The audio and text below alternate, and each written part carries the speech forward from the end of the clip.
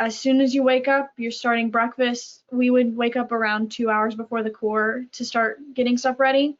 And then as soon as breakfast is cooking, you're prepping for the next meal before it's even out of the oven. And so it's a quick turnaround. Some days when the schedule is more condensed, it was a little more stressful getting stuff in for the next meal and having enough time for it to cook. And other days it's a little more spread out and not quite as bad. Yeah, there's not a lot of time for sleep, but sometimes I've created a new ability to be able to nap anywhere. So if it's a stadium in Texas and I see a sidewalk, I can go around the corner. I can get 15 minutes and just anything to just, you know, keep yourself together. Yeah. I would just say that if you get a chance, I know a lot of drum corps, including Crown, they need volunteer drivers maybe for like a smaller van. So if you ever decide you want to give back and you can't work on the food truck or don't want to, but it's something you think you may would do, just, you know, if you get the chance to volunteer to drive or to whatever it be, you know, to take that opportunity. Greetings from DCI. This is Drum Corps International staff wishing Marching Roundtable and Tim Hinton the very, very best on your 1000th episode. We're so grateful for everything that you have done for marching arts all around the world. Keep up the great work. Congratulations. Thank you. Congratulations. Congratulations.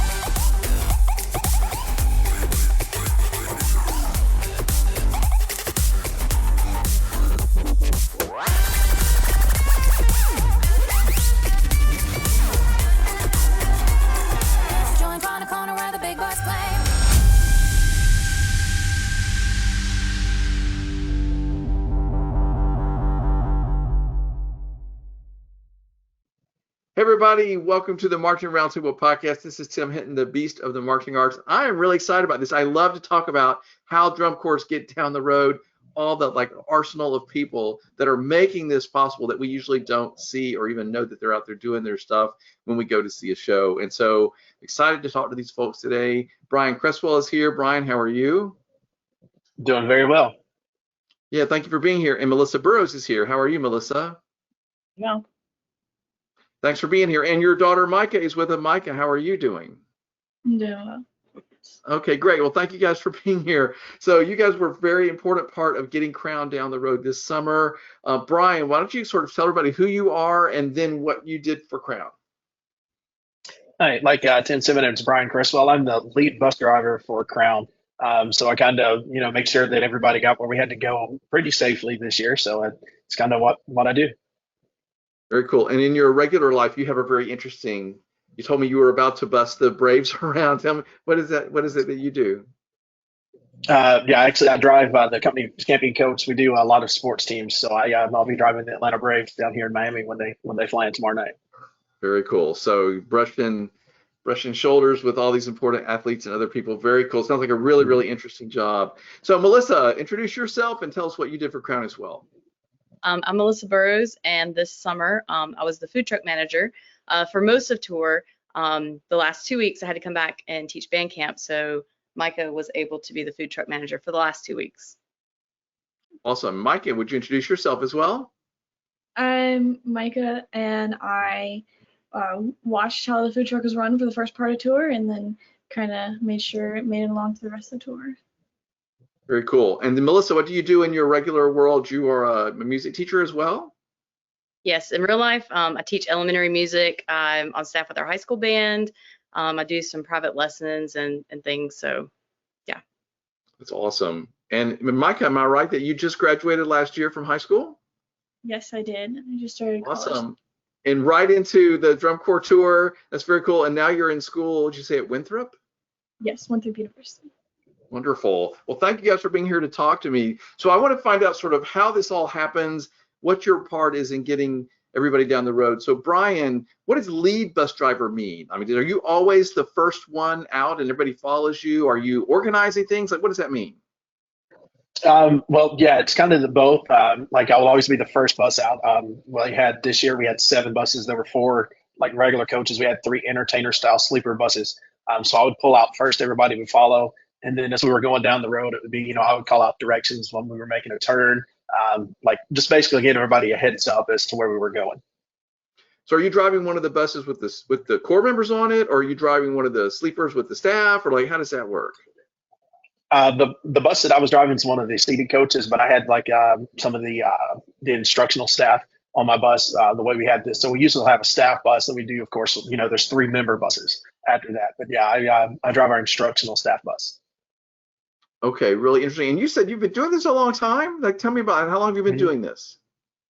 All total, I've been with Crown for 13 years, but I've been driving a bus for 7 years.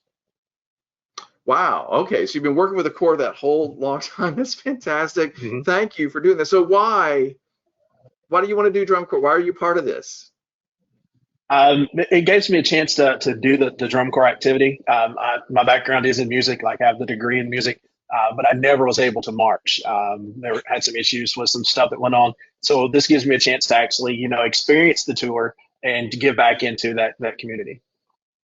I love that. Very cool. So Melissa, are you like a food truck guru? How did you end up in this role with Crown?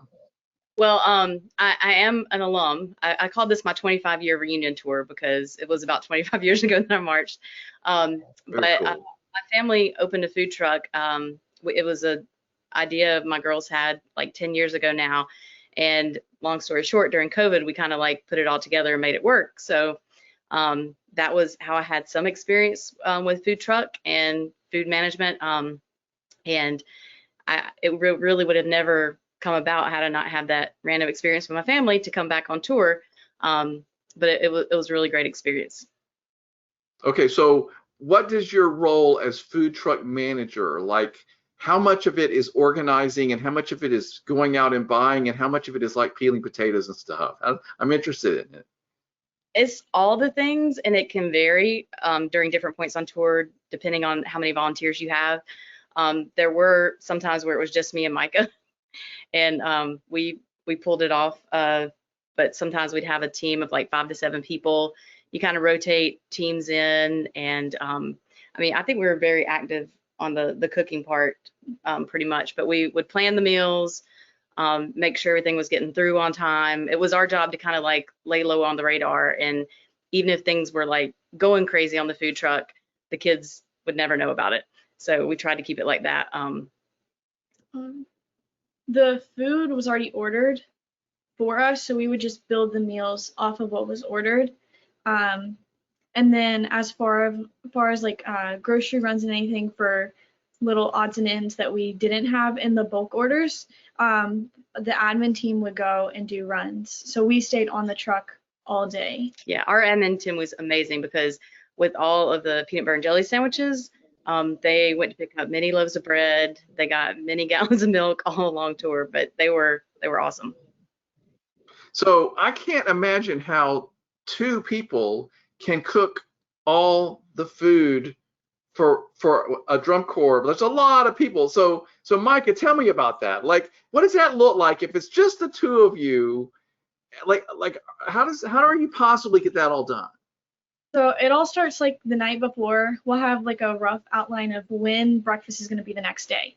And so the night before, we've got to look at what kind of day we have, whether it's a show day, a travel day, or just like a rehearsal day where we're in the same spot that morning and night. And then after that, we look at what food we have to prepare and see what fits that schedule best. And then as soon as you wake up, you're starting breakfast. We would wake up around 2 hours before the Corps to start getting stuff ready. And then as soon as breakfast is cooking, you're prepping for the next meal before it's even out of the oven. And so it's a quick turnaround. Some days when the schedule is more condensed, it was a little more stressful getting stuff in for the next meal and having enough time for it to cook. And other days it's a little more spread out and not quite as bad. So Melissa, if you are getting up 2 hours before the Corps and then you're cooking all these meals, and then certainly on show days you're even giving them a snack before the show and after the show? Like, so my question for folks and all of you actually is like, when do you sleep? Like, or like Melissa, like seriously, I don't understand how you're sleeping. Like, are you grabbing naps between meals? It doesn't sound like there's any such a thing as between meals. So it is like that. It's challenging, and like a snack, we'll have a snack after show, whatever.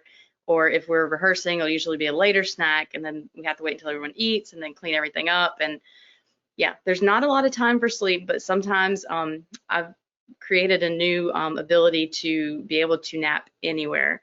So if it's a stadium in Texas and I see a sidewalk, I can go around the corner. I can get 15 minutes and just anything to just, keep yourself together. Yeah. How about you, Mykah? Like, how are you catching cat naps and things? Sometimes when we were like both there, we were able to kind of cover each other for like a short, like, hey, you go take a break for 30, 45 minutes while this is completely handled and we have people working on this. Otherwise, you just sleep as wisely as you can, so you're not wasting time getting from, cleanup to going to sleep. It's a quick shower, get ready, and go to sleep, and just maximize that amount of time. And try to get like if, for example, you have snack at the end of the night, try and clean up as you go so that then it's not as much time to clean up. Or, hey, we have some extra time during snack, let's prep some things and have it ready to get breakfast done earlier or like easier so that you can sleep a little bit longer. So that's just, you have to be strategic about it. So Melissa, it sounds like a huge amount of planning, right? Like you're figuring out what you're about to prep and when and trying to do it ahead. That sounds like a big part of your job as the manager. Right. And I mean, as much as you plan, of course, things don't always plan, or there's just all kinds of fun on the food truck. I will just say it's not boring. Okay. All right. So tell us a story. Like either one of you food truck folks, like any adventure from the summer. Well, for instance, like our fridge and our freezer was not our friend this summer. We were without a food truck in several sites, so it was an adventure figuring out kitchens and food for that. And also at one point it decided instead of draining like the new fridge, it would just pour water on top of everything and it would freeze together solid. So it was like, it was a new adventure to go in there. You had to like, chisel things out and whatnot. So wow. Just all along the way. Okay, Mykah, do you have any stories that you want to share? Trying to think. I'm putting everybody on the spot here. Yeah. I'll tell you what, I'm gonna ask Brian a question or two while I'll let you mull that over, because that wasn't really fair of me to throw that at you. So Brian, I want to back up to the sleeping part. Like it seems like some days you may be in the same place and you get to rest, but a lot of days on a tour, you're driving all night, right? Mm-hmm. That's right. Yeah, we would drive all night, and when we would get to our housing site, of course, they would put the drivers. We would have a room that we would go blow up our air mattress, and we call it our vampire schedule. Because we sleep all day and then we stay up all night. So what is it like when you have a day where you're not doing that? Do you just sort of sleep all day all the time, even if you're in the same place? It just depends on how many days we're there. Like this year, we were lucky. We had several places we were there 4 or 5 days. Well, we would, the first day or two, we would try to keep on that schedule. But then the other days we were there would be just like a normal day. We would just get up, go out, enjoy the day, help out as we needed to, do whatever. But and then like the last day before we would leave, then we would start getting back on that so-called vampire schedule. Okay, so this strikes me as this would be challenging to me if I'm like my sleeping schedule's all off, and then I'm about to drive a whole busload of people down the road all night. So how do you like manage staying awake? Like what strategies do you guys have to stay awake and entertained during these trips? Well, before we leave for a trip, like if we're sitting at a show site, we call it the CDC. It's the Crown Driver Cafe is what kind of short. We sit around, we have a Keurig coffee maker. So you'll just see all the drivers sitting around. So we'll have coffee, tea, whatever, just to kind of get us ready to go for the trip. And then all of our buses, we put like a two-way radio in the bus. So as we're going down the road, we just communicate with each other. If there's like a long lull, then you'll just hear somebody randomly come up and just say, hey, such and such, and just have a conversation. Or then we do trivia nights going down the road, just kind of random things as we go down the road, just to keep everybody engaged, to keep us going and keep us awake. Okay, and the conversation, it's like everybody sleeps through that. That's on the vehicle with you. Like, you just learn to sleep through whatever, if somebody's talking on the mic or whatever on the radio. Yeah. So basically, it's like we all have our earpieces in. So the ones that are behind us when they're sleeping, they don't hear what's going on. Like, they just hear the one side of the conversation pretty much. Got it. Okay. So Melissa, you guys are. Oh, go ahead. Back to what Brian was just talking about. Didn't you guys in Marengo? Didn't you have like a big like outdoor projector? And we did. Do tell. We set up a projector. So we had several days that we were there. So we had a projector that we had just put a screen up like on the side of the building. And so we would go back. We were watching some older Crown shows, just older drum corps shows in general. Just kind of sitting around and just, kind of things like that. Just had like the big projector going with that. That is like the most drum corps-y thing ever. I love that you just said that. So Melissa, how you guys say you're in there and you're in this food truck prepping food all day long. How do you guys keep yourselves entertained? We have good music. We would have good music on all the time. I would just say like we had the most awesome volunteers. Just the best personalities, and we would just learn each other's personalities and just joke around together. And I mean, we were generally just pretty busy on the move all day, so not many games or anything I can think of. But you're all just talking, right? You're talking, telling jokes. Go ahead, Mykah. Oh, and a fun part of like having volunteers on is just learning. Like you meet so many different people from different places, and hearing about the different like high school band experiences and college band experiences of their member in Crown. Just like that's interesting to me, is just getting to know all the different people. So you're surrounded by all kinds of different people that you get to know. Yeah, you get to learn about them, about their kids. A lot of them have their own special little talents or whatever in the kitchen that they like to do. So you kind of learn that and, find a good job for everybody. Well, give me an example, like somebody that has a special talent in the kitchen that you would put them to work doing. The last few weeks we had a volunteer on, and he's worked on like a lot of different core food trucks. But one thing that he really enjoys doing is making like salad trays. So like he would take our fresh vegetables and make these like beautiful trays of salad with all kinds of different like designs and stuff. It was really cool. And it was also like a different way of presenting the same salad that everyone's had for weeks now, right, for every meal. So yeah, he was from Belgium, and he's gone on tour with several different drum corps and worked on their food trucks. So it was interesting to hear about how the other food trucks work. But it just didn't make me feel bad because he started doing all this like right as I left. So I was like, yeah. Okay, so if somebody was particularly good or enjoyed some part of the process, you would make sure that that's where you would. That makes sense. Yeah. Okay, so was there a special type of music that you would listen to if you were doing some part of the process? Like, was it Britney Spears for pasta night or something? Like, was there any sort of particular music that worked well for certain meals? Well, we kind of shared the DJ role with other people because they would kind of like that too. Some people would really, enjoy making our playlists. And of course, we were in Texas and we had to play like, some Texas songs, Texas theme, and,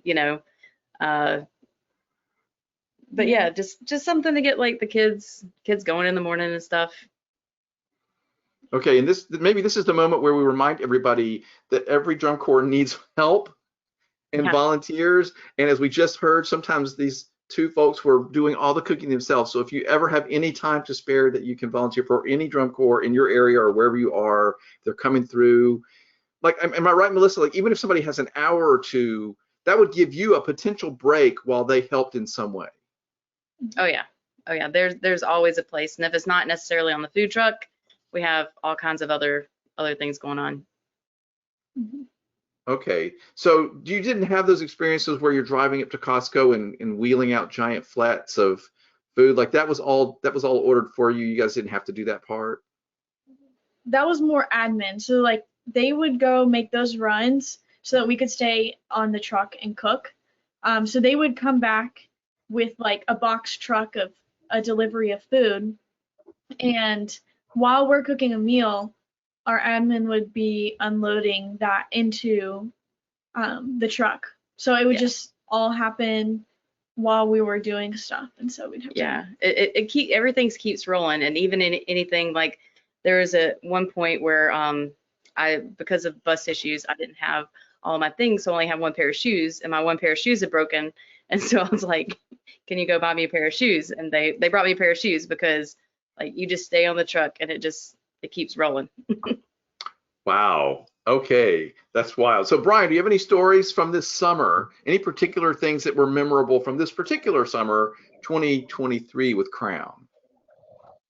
Well, not really a lot of things that stick out. I mean, we weren't calling bad things that really happened. We did have one bus that would only go 14 miles before it would be sitting on the side of the road with cooling issues. That's, I think, a lot of times with some of the volunteers, they would be considered they're homeless. But we towards the end of the tour, we kind of got all that straightened out. But that was kind of a rough start to our tour with that. But luckily, with our crew that we have that come on that are our supervisors that do all the stuff as far as maintenance wise, they did a good job getting us back on the road and everybody Sure. having a home to get down the road. Do you have a favorite place that you were at this summer, or a favorite destination? Can't really say that I had a favorite. There's been so many good places we've been this year. I know Memphis is always a good place for the drivers.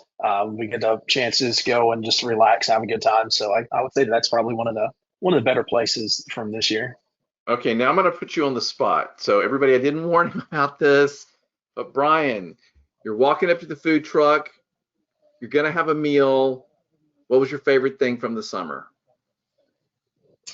Oh, that's One of the things that they prepared that you thought you enjoyed. I'll just say that.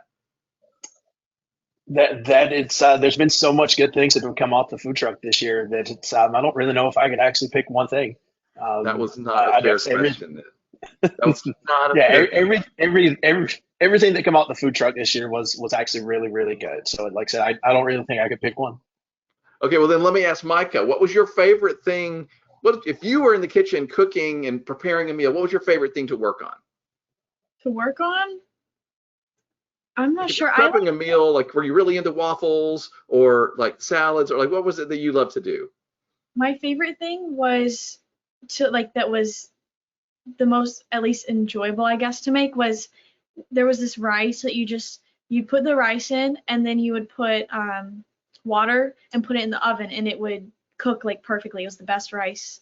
And so one day we made it with chicken in it and made like a chicken and rice sort of thing. That was probably one of my favorite things to make and eat, just because it just turned out really well. But yeah, I'm getting hungry now having this conversation. I didn't plan on that part. Melissa, did you have a favorite part of your job, like a favorite thing you love to make or prepare? I mean, I will say I was impressed by the miracle rice. That you could just put it in there. I cannot cook rice at home for anything, so it was just nice to you just put it in there and then open it up later, and it was great rice. I don't know. That does sound like a miracle. Very cool. All right, very good. So Mykah, if I understand it, you somehow had to take over the last couple of weeks. Of course, Melissa, you headed up back to school. You're a teacher. You were working with the band, all that stuff. So what was that like? Suddenly, were you like in charge?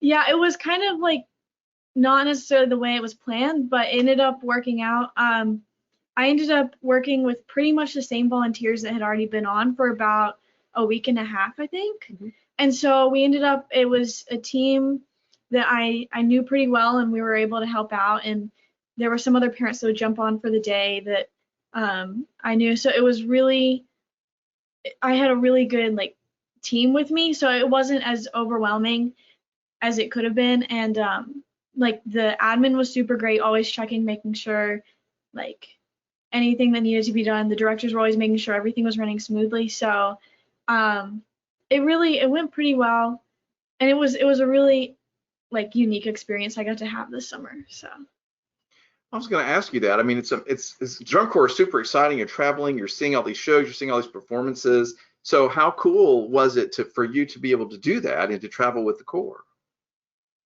I don't know, it was really cool to be able to do that because I've grown up seeing like the Crown previews when they were close by, because she was alumni, so she had taken us since we were little, and to be able to see the shows all throughout the summer and watch the show develop, and be able to see like little changes throughout the season, that was really cool. And then also being able to get to know the members that were working so hard in creating that show was really cool. Yeah, so I'm assuming all of your friends at college and otherwise think that you're like super cool because you had this summer with Crown. Is that not the case? I don't think I haven't talked about it too much. It hasn't really come up except for like with like my like closer circle, but they definitely think it's a very unique experience. It's not something that happens every day. It's just, Yeah, and I would say it's hard to really understand the Yeah. entire experience. Yeah, well, so that's kind of why I wanted to have this conversation. Like, is there anything that you want to tell us about that like sort of give people the idea of what this is like? Either one of you, Melissa or Mykah, either one of you. I mean, like when it was explained to me, they're athletes that are eating around 7,000 calories a day. And so you're making 4 meals a day for these 200 people that eat around like double a meal. So you're cooking so much food that it fills like 2 industrial ovens, like 2 gas ovens and then even then sometimes there's more with the sides and stuff. So it really is a whole lot of food that you're preparing. I think that's the hardest thing, like that I didn't understand going into it, even like how much it would be. So the volume of food to feed these people who are working so hard and going through so many calories. That's the part that you think people can't really fathom. I think so. And I think also it's hard to understand the turnaround of a meal because like initially you think, okay, it's 4 meals a day, that's like an hour and a half each meal. But then when you really work it back, you've got the prep on top of that and the cooking time along with that serving time. So. And clean up in between of everything. So it's, yeah. So it never really stops. No. It really doesn't. Too. I mean, there's nothing like ever boring about it, but also like everything is new every day, even though it's the same thing. So you're not like getting caught in a cycle of the same thing over and over again. Yeah, and I mean, my motto was, it was not boring, but like in the middle of it, you're like, how am I going to keep going? How am I going to keep going? And then at the end, you did the big thing and you made it. So that's what I was going to ask you, Melissa. Like, this is such a huge job. It sounds absolutely exhausting, like rewarding, but exhausting. So one of the questions I have for you is, when you got home, like and you started at band camp, that almost seemed like a vacation. Almost. I did band camp for a week, and then I did a road trip to Allentown, and then came back home and did another week of band camp and made a road trip to Indy, and then started school the next week. So wow, that is hardcore. So Melissa, do you feel like do you know that you're appreciated by the corps members? Like, how do you know that they appreciate all your hard work?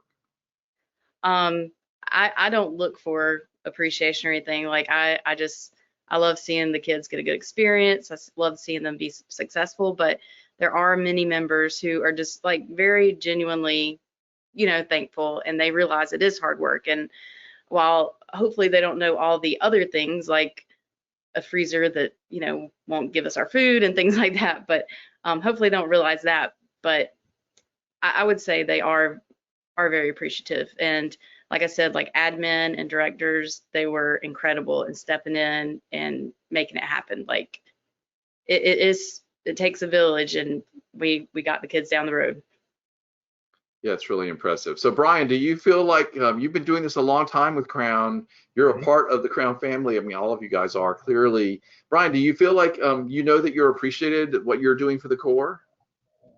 I think so. There's times that the members come up to us and they'll tell that, whether it be if you're driving the brass bus or the perk bus, whatever, they're saying thank you for getting there. So I've seen that, that is kind of makes you feel good when you get somewhere and the kids are like, hey, thanks for getting us where we're going safely, things like that. So yeah, you do kind of feel that you're appreciated. Yeah, it's nice. So you've been doing this a long time, Brian. So why do you keep doing this every summer? Like, what are you getting out of this? Why do you enjoy it? I enjoy it just because I like being around the whole marching arts thing. I've always been a part of it. So it's always great getting to see how the show progresses every year. Been through seen from these last 13 years. You've seen the good, the bad, the ugly, as you could kind of put it. But yeah, just being able to see how things progress every year is what I like getting out of it, and just giving back to, like I said, to the Crown family and helping out wherever I can. Yeah, and is there sort of do all the bus drivers from all the different corps have any sort of special interactions? Do you guys, the drivers from all the trucks and the buses, like, is there some camaraderie around that from corps to corps? For several corps, yeah, there'll be times like, especially if we know each other, that we'll get together kind of at a show and just kind of talk around, just kind of things like that. But for the most part, there's some of the corps do stay to themselves with that, but you'll see us out in the lot. You just see random bus drivers just talking to each other. Nice, comparing notes, I guess, and yeah, it's very Pretty cool. much, yeah. So Melissa, why do this? Like, obviously, you're really helping the Corps make this happen, making it possible for those students. You want to talk about why you did this work? Well, it was really kind of last minute that I jumped into it. I had seen it posted on social media that there was a need, and then I reached out and was like, do you still need someone? So they're like, yes. So we decided to do it, and I was talking with Mykah. I was like, I don't know if I can do this. Like, this is a lot. But she was the one who more or less gave me the nudge and was like, we can do, like, let's do this. So we ended up doing it, and we were kind of a little later in the game. I had previously committed to teaching at an arts camp, so I had to only teach half of that and then have somebody take over. So we jumped in with both feet once we got there. Yeah, Mykah, why? Yeah. Go ahead. I'm sorry. No, so Mykah, why did you encourage her? Like, why were you like, this sounds like fun, we should do this? Why did you feel that way? I knew a few people marching this summer, and I like enjoy working on our family food truck. So I was like, this will be a cool way. I'll still get to see people this summer, and also, like, I've always wanted to be a part of drum corps in some way, and so that just happened to be an opportunity for this last summer that I could be a part of something like this. So I was like, this will be a really great opportunity to take while there's a chance.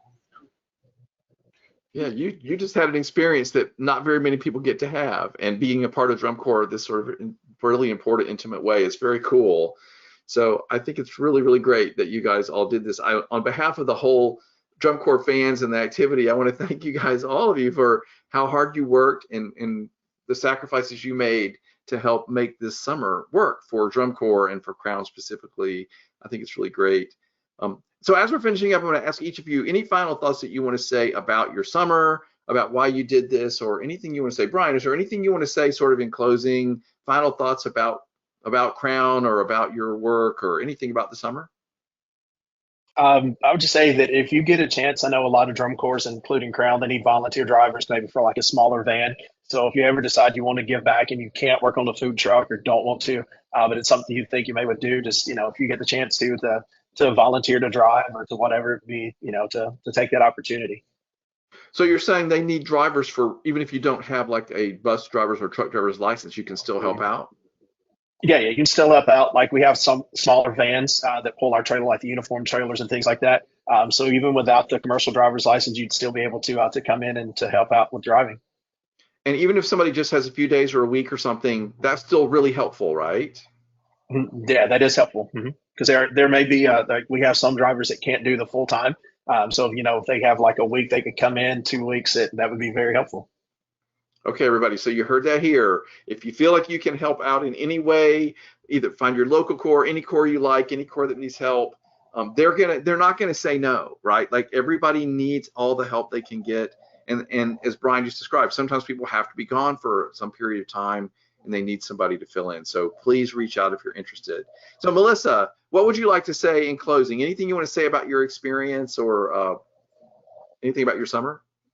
Well, I will say something that was a surprise reward from all this is with traveling, going to all the different shows and things, was really just seeing so many familiar faces that I hadn't seen in years and years and years. So like people that I had marched with, they would come to the truck and be like, hey, and it just, you haven't seen them in so many years, but you just have that weird special bond. So it was really, really cool to see so many people like that. And also I got to travel along with the lady who was my bus driver, Linda, who drove me 25 years ago. She's still driving for Crown. And Wow. That was really nice to have her there. She was there for me several times and just like really helped us along the way. So I love that. How about you, Mykah? Any final thoughts you want to have about your summer? I just really enjoyed like the people that I met this summer and got to work with. And if you ever want to find a way to help out, like the food truck is always a great place if that's something you enjoy, and there's always plenty of dishes to help out with after meal.